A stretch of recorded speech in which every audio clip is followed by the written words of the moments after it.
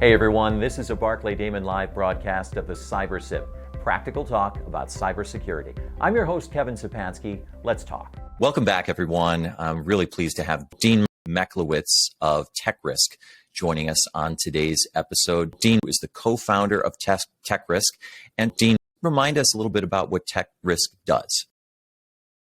So TEKRiSQ looks at cyber wellness of small and medium-sized businesses.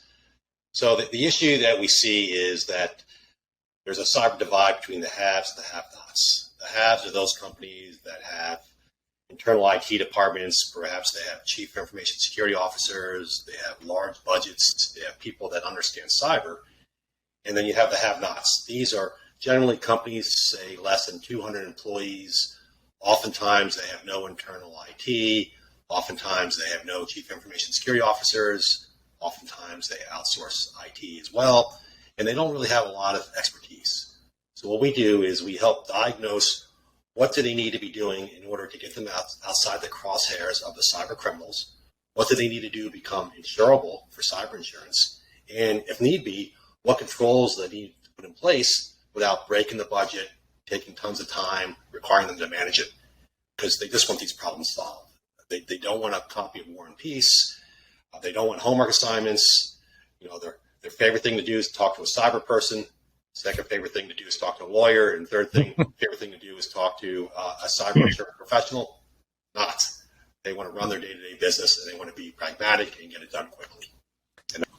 No, I think that's so important. I think today's cyber professionals would do well to appreciate that the number one priority of any business is getting the job done day to day. And data privacy is important, but it's not as important as providing the products and services that you're providing to make ends meet. So speaking of data privacy, we're sitting here and we're actually recording in the third week of January. This is Data Privacy Week. And I just want to pick on healthcare as an example, because I think that we know that healthcare providers place a high priority on data privacy. Their patients demand it. The law demands it. We could talk about HIPAA in another episode. But I wanted to share with you a piece. It's actually a study that came out in late December 2022. It was the JAMA Health Forum, and essentially took a look at ransomware attacks on healthcare providers over roughly a 5-year period, January 2016 to December 2021. And I wanted to share some of this report with you and get your reaction. So we hear this year that in 2022, ransomware attacks were down, but that may be partially true, but long-term trend from 2016 through today is upward. So with that in mind, from 2016 to December 2021, there were 374 ransomware attacks on U.S. healthcare delivery organizations, exposing the PHI, the protected health information of about 42 million Americans. Almost half of those ransomware attacks, this is where it gets interesting, almost half of those attacks disrupted the delivery of healthcare, with common disruptions including electronic system downtime, cancellations of scheduled care, and this one, which is most alarming, ambulance diversion downtime. So looking at these attacks, what the JAMA Health Forum reports, and according to this study, is that these ransomware attacks exposed the PHI of more patients. They were more likely to lead to reporting requirements. So you suffered a ransomware attack, your data was accessed or exfiltrated. You were going to have to report that not only to patients, but to federal and state authorities.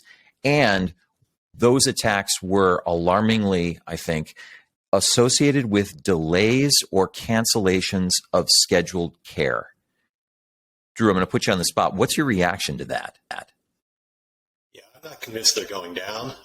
When it's only growing by, I don't know the exact percentages, but if it's only growing by 100% versus 150%, it's still really terrible. Right. The average cost of a breach of $150 a record, times 40-some million records, it's a massive problem still. So, though I think those statistics can be somewhat misleading, the cyber criminals will use whatever mechanism they want, they need to make money, and whether it's ransomware, whether it's business email compromise to compromise how you transfer money within your organization. It's still a massive problem that needs to be addressed. Right. So, and it's a massive problem in the healthcare industry, but in many other industries as well. All right. So what do we do about it? Are there security controls that every organization, whether you're healthcare, financial, professional services, are there controls that, excuse me, that every organization should be thinking about, regardless of what products or services you provide? Absolutely. Great question, Kevin.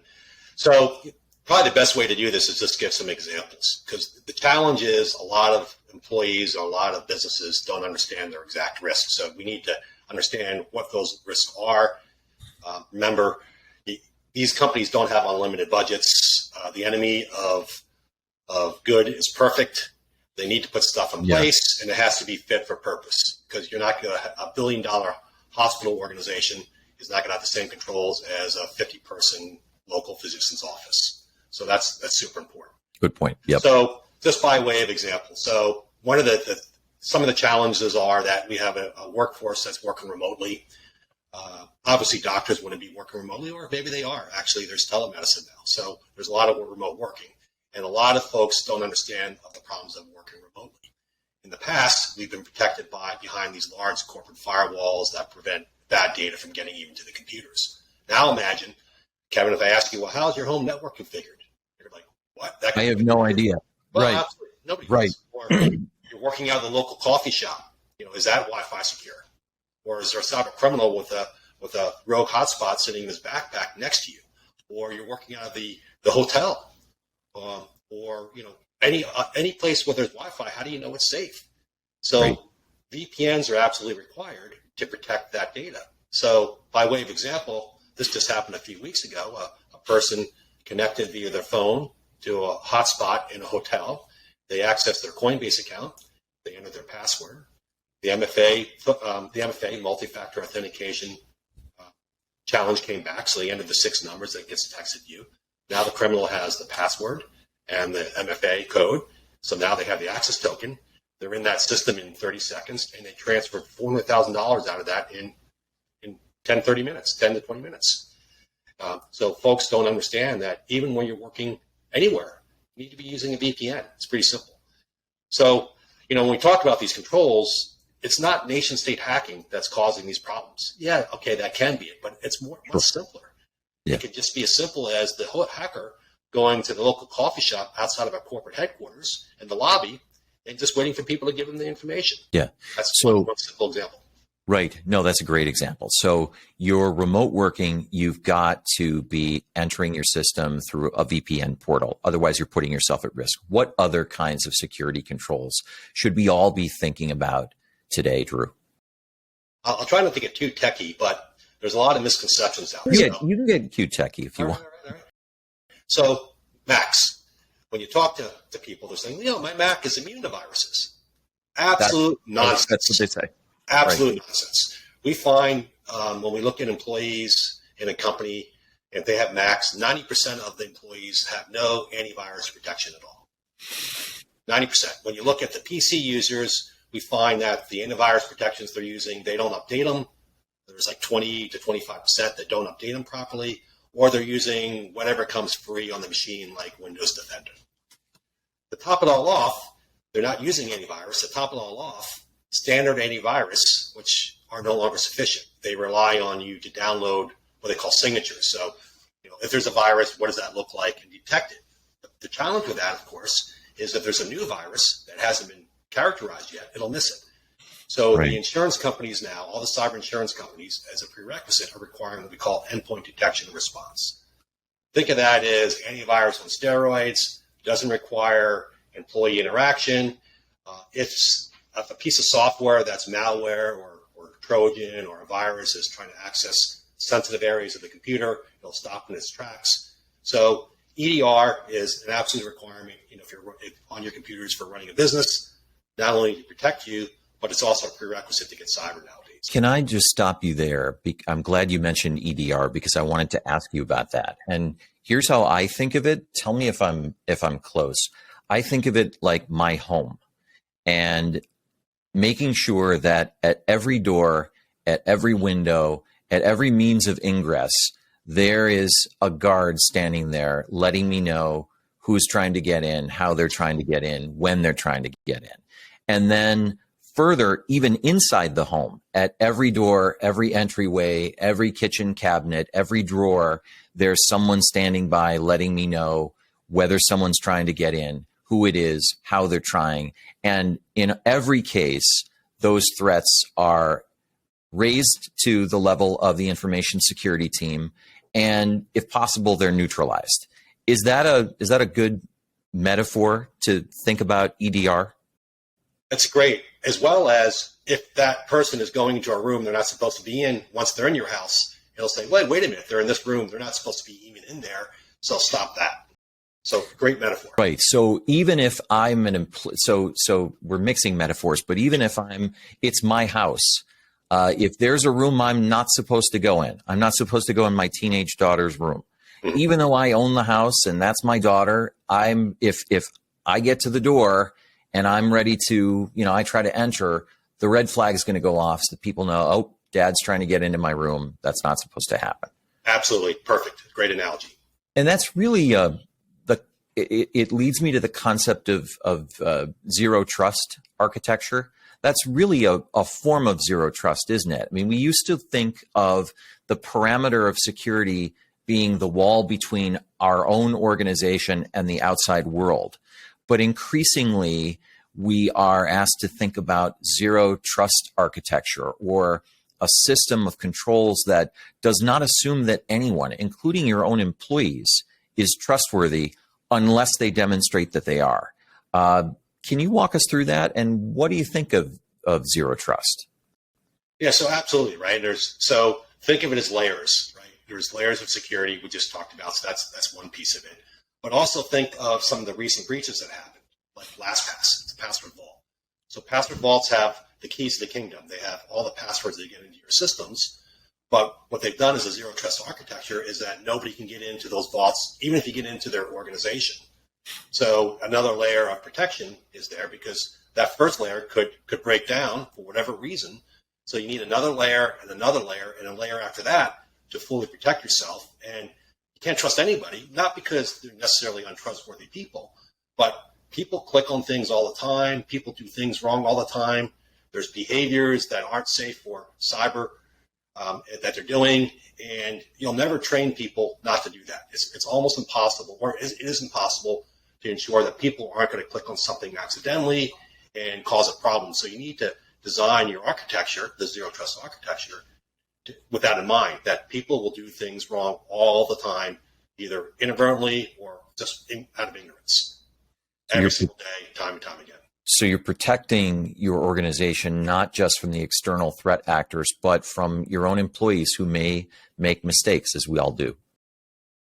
I think when you look at cybersecurity, employee behaviors are the reason that if you look at the loss ratios of the insurance companies, they're not really going down. Even though they're putting all these things in place, they're coming up with these 20-page applications, right, asking more and more questions, and they're not going down. And why is that? It's because the behaviors of the people in their organization aren't matching with what they're putting on the apps. Therefore, you need to have more layers of protection because things are being done incorrectly. Right. I've been thinking about that over the last couple of weeks as we've started the new year. And, that as an organization, cybersecurity, the security controls get better and better. I think the threat actors are learning from that. And they're saying, well, why should I take the time and resources necessary to hack into your system when I can get you to open the door for me? And that's where the employees come in. The employees are the first line of defense, but paradoxically the weakest link in an organization's cybersecurity these days. Absolutely. So take passwords, for instance, right? When we look at breach data, so you can look at breach data if you have if you have a dark web monitoring tool, and we look at our clients and to see if they've been breached. And sometimes you see their passwords in plain text in there, and you see the passwords are their spouse's name, their kid's name, birthdays, and they get real clever and use their pet's name with a number on the back side of it. And we see that 92% of these passwords are just terrible. Right? So, first line of defense is the password, and they're terrible in most cases. Common passwords are used. They're storing them incorrectly in files called password.doc on their desktop. They're using common passwords. They're using simple ones, and they don't understand that those simple passwords with modern password cracking tools can be instantly hacked, let alone if they're using the same password that's been exposed in the dark web that people can try at other locations. There's even an attack called a credential stuffing attack. That's exactly that. Oh, look at Kevin's password. We're going to try that at his critical systems, and variations of that. So there's huge problems, and you have to protect against that. People will use lousy passwords as an example. And I think that's our next security control. Talking about passwords, let's stay on this for a second. I've done some thinking about this, and I think it certainly makes sense to have as long a password as possible. That's probably the most important criterion, but then you have a combination of large and small caps, letters, symbols. You can make your password stronger. You can anonymize your password, as I like to call it, so that you don't have proper names or names of your pets or your children in there. But my 17-year-old son always argues with me about this point because he says, yeah, Dad, you can have the strongest password in the world, but if somebody hacks into your system and gets access to everyone's password, then what do you have? What's your response to that? Help me respond to my son who's skeptical about the use of even a super strong smart password. Yeah, great question. So he's both right and wrong. So where he's right is if people store their password, believe it or not, a 17-year-old is right. This is news to me. Yeah, right. I have, So if they store their passwords to Google Chrome, right, and they use their personal Gmail that's not protected with multi-factor authentication, he's right. That could be hacked, and it just happened to Cisco 3 or 4 months ago. Yeah. That's the exact mechanism of the attack, where the passwords were stored into Google Chrome. Google Chrome was logged in with somebody's personal Gmail. That personal Gmail was not protected with multi-factor. Boom, Dale. However, where he's incorrect is that there's safe ways to store passwords. So they're called password vaults, for example. Mm-hmm. So a password vault is an encrypted area where nobody can get in beside yourself with that password. If you don't use multi-factor authentication with it, he's right, but you need to use, with a password vault, you need to use multi-factor authentication. So now there's 2 doors to go through, right? Your password, and you got to approve access via your phone or some other mechanism. Then it's protected. All the good password vaults nowadays are encrypted with 256-bit encryption. So you can't get in unless you go through the front door. It's impossible. And nobody but yourself has access to that information. So there's safe ways to save them. The unsafe ways to save them are your browsers, the file password.xls on your desktop. Those kind of things are completely unsafe, but a proper password vault with multi-factor authentication is personally safe. So that leads to a 5th security control that is very hotly talked about these days, and that's MFA, or multi-factor authentication. I was watching a webinar a week or 2 ago, and they invited questions, and I asked a question about passwords. And it was a very effective webinar, 2 very experienced young guys who clearly knew their stuff. But when I asked them about strong passwords, it was interesting. They said 2 things. They said, first, the most important criterion for a strong password is length. And the second thing they said is, as important as that is, maybe the best way to guard against a weak password is to have multi-factor authentication.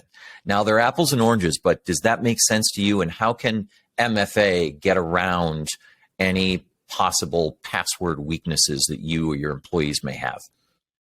Right. So they both are important because, a mechanism is, first of all, like the Cisco hack, they got in, they were able to get the password to the Cisco VPN, and then they did what's called a MFA persistence attack. They continually send, hey, you need to approve this, you need to approve this access, you need to approve this access, and that employee either approved it inadvertently or actually approved it on purpose, or it was coupled with a phone call from the hacker saying, hey, yeah, this is the IT help desk, please approve it, right?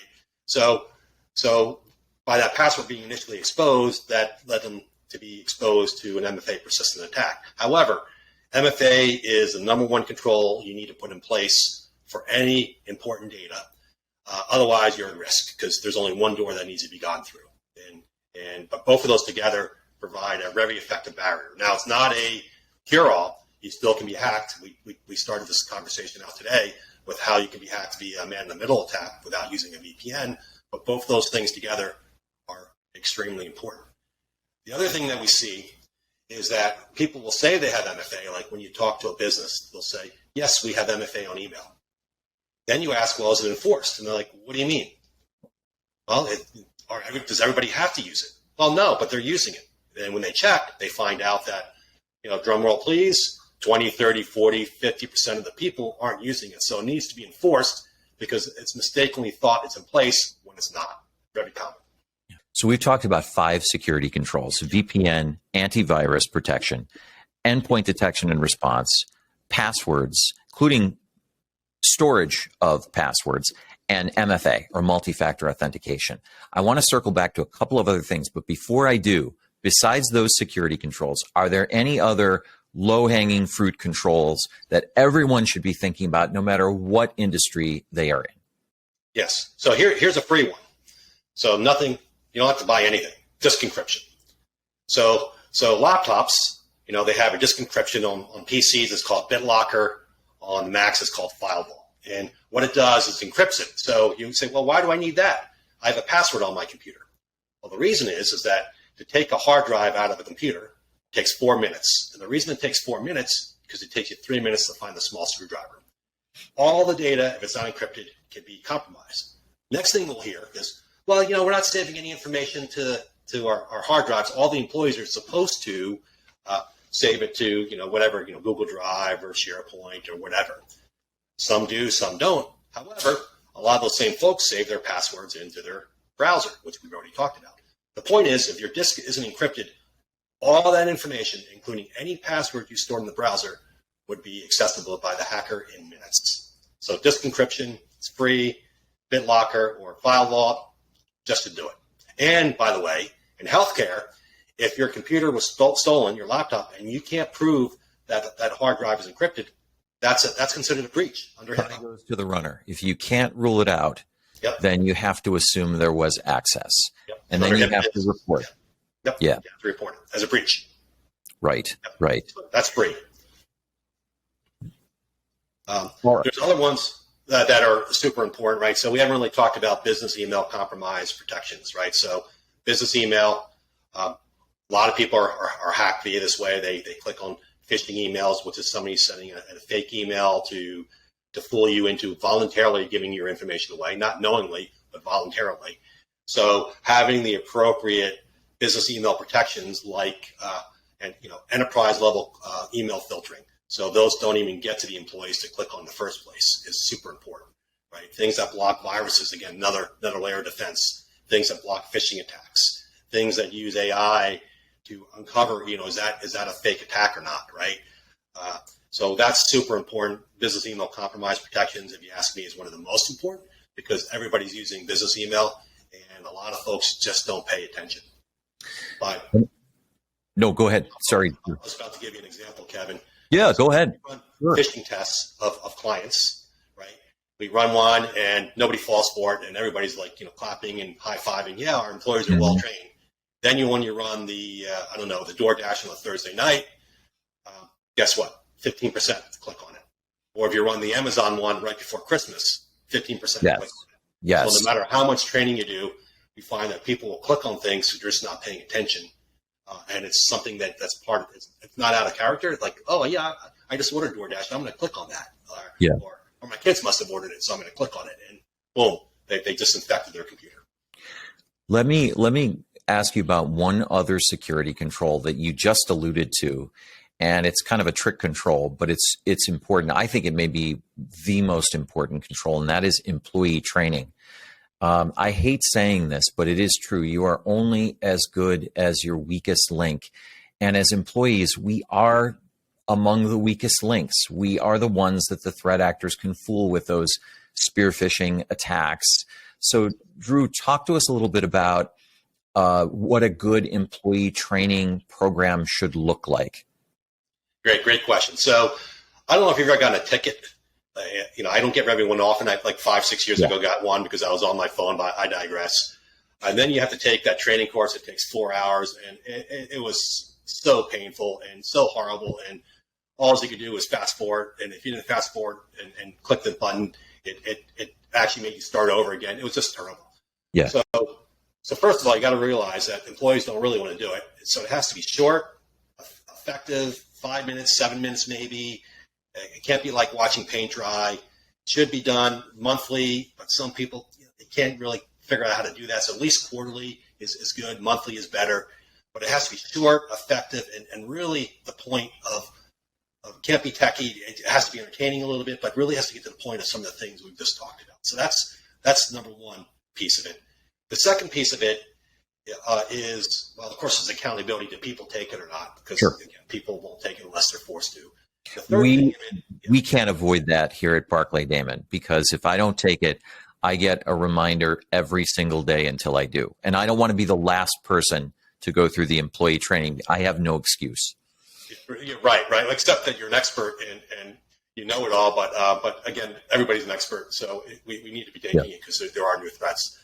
The second part of a good training program is what they call phishing testing. So phishing testing is the business or the company that you've hired sends out fake emails trying to fool employees to clicking on it. And when they do click on it, it's a teaching moment. And some employees are like, oh my gosh, I can't believe I got clicked. And it really opens their eyes. Some, they click every week and there's no helping them.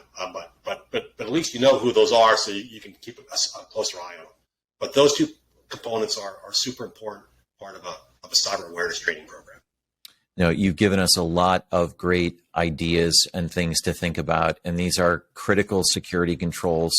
And I know we're running out of time, so we'll have to leave it there. But I'd love to have you back on another episode to talk more about some of these targeted attacks and how we can anticipate and make sure that we don't fall into the traps. Yeah, very cool. Yeah, love to. There's a lot more. You can go on all day about this, but there's a lot to it for sure. Yeah. Well, Dean Mechlowitz from TEKRiSQ, thank you so much for joining us this morning on CyberSip. Thank you for joining us. We're back soon with another episode. The CyberSip podcast is available on barclaydamon.com, YouTube, LinkedIn, Apple Podcasts, Spotify, and Google Podcasts. Like, follow, share, and continue to listen.